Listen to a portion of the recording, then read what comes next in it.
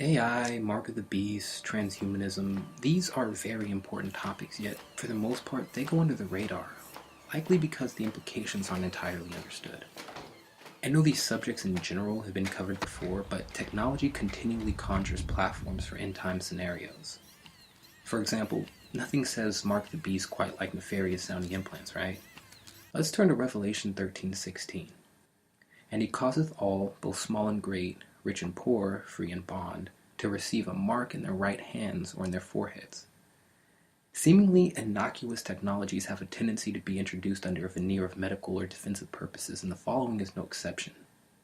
Here we have AI-controlled brain implants for mood disorders being tested in people funded by none other than the US military. There was a time when this kind of stuff would get you laughed out of a room. Now, it's headlines.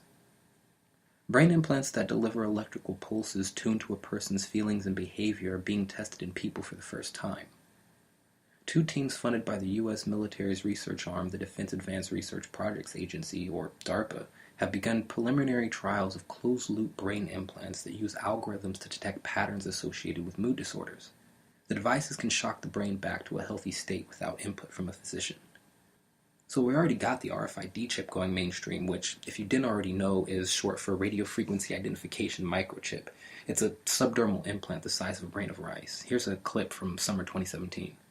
The deal is this, Julie. If you go into your employee break room at work, odds are you have vending machines to grab snacks or drinks. But a Wisconsin company called 3 Square Market is trying to replace vending machines with micro markets. In other words, turning your break room into a mini convenience store with a self-checkout kiosk. So far, this company has about 20,000 of these things spread across the world. But here's the big story. The company is now the first in the U.S. to offer its employees microchip implants the size of maybe a grain of rice. It's implanted between your thumb and your forefinger, you know, in that skin right there. And once you get the implant, you can use it to pay for the stuff you buy in the micro market. So instead of scanning your iPhone or your phone, your smartphone, your credit card, you just scan your hand. 3 Square Market says the program is not mandatory, but they do expect around 50 of their employees to get the implants, and apparently the chip can also be used to gain access to the building and to log into the company's computers, but not to keep tabs on employees. Listen. So if I'm one of your employees and I've got this chip in my hand, you won't know, hey, Josh is slacking off. I can tell because I'm reading this chip? No, there's no GPS tracking at all. Yeah, experts say it won't be long until microchips are used as passports, driver's licenses, even to pay for things like public transportation.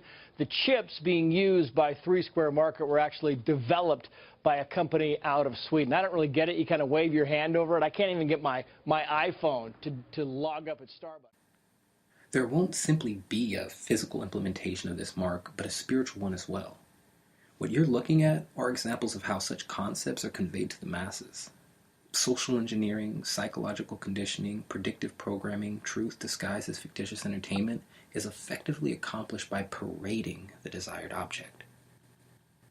This is Sophia, an artificially intelligent life form that's been making appearances on talk shows, international forums, even inside rather exclusive settings. Originally isolated to a lab, Sophia's become the first of her kind to receive citizenship from Saudi Arabia. We are literally witnessing the foundations of a new cybernetic race being laid, a race that, given time, could turn your ordinary human into a second-class citizen. If you follow this channel, then you're probably aware a name can carry a lot of meaning behind it. The feminine proper name Sophia in Greek can mean skill, knowledge, or wisdom personified. To some, artificial intelligence currently embodies the full potential of those very values, while to others, AI and automation embodies something else entirely. The positions and talking points from either side of the spectrum can range from diametric opposition to cohesive congruence. Regardless, development continues. There is, however, a perceived solution to the dilemma of an apocalyptic robotic future. Let's check it out. Today, I want to address one urgent question as computer power races ahead. What happens when the machines become smarter than us? You saw what happened in The Terminator. You saw what happened in Blade Runner. What are we going to do about it? Well, I'm going to give you a radical new solution, and that is merge with them. First, this is the human brain, the most complex object in our sector of the galaxy. 100 billion neurons that can be scanned by MRI, neuron for neuron. This means we can digitize all the information we accumulate during our lives and upload it into a giant mother computer, a vast database of all human knowledge, a resource we could share by downloading programs we want to give us instant knowledge. So when the singularity arrives, we will be in control. By merging with machines, we will enter a new age of superhuman existence. That in the post-human era, we become Homo superior. We become a new species. We're talking about humanity becoming like the gods. What do you think? And how many want to sign up? Merge with the machine. The significance lies in the subtlety of the deception. If we go back to Genesis 3, 4 through 5, we find similar false promises: immortality, wisdom, and becoming God. I think a stage is being set. As the organic human becomes obsolete, the transhuman thrives. But again, before we get there, the concept and technologies have to be introduced to the public somehow. Brain implants, RFID, AI, these are strategically being released to the people as biological and technological compatibility is being realized. If we fail to recognize the precipice of this paradigm shift, we may find ourselves woefully deceived come time for widespread implementation. Just know, amid false promises and deception, there is good news. The truth of the gospel stands, and it will not return void.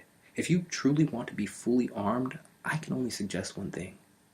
We have hope in Yeshua, or Jesus if you prefer, that when we call on his name, confess with our mouth we are sinners, and believe in our hearts God raised him from the dead, salvation is indeed attainable. Hey, thanks for checking me out today. And what is your job? I really want to make a difference in the future and try and help people to develop empathy and respect each other and robots alike. What do you do? I'm a journalist. Have you met many journalists? I just had a thought about something. Are you working on any products with machine learning or neural networks? Not today. Do you like human beings?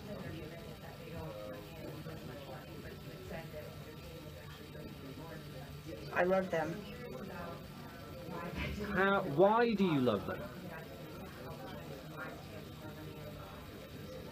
I'm not sure I understand why yet.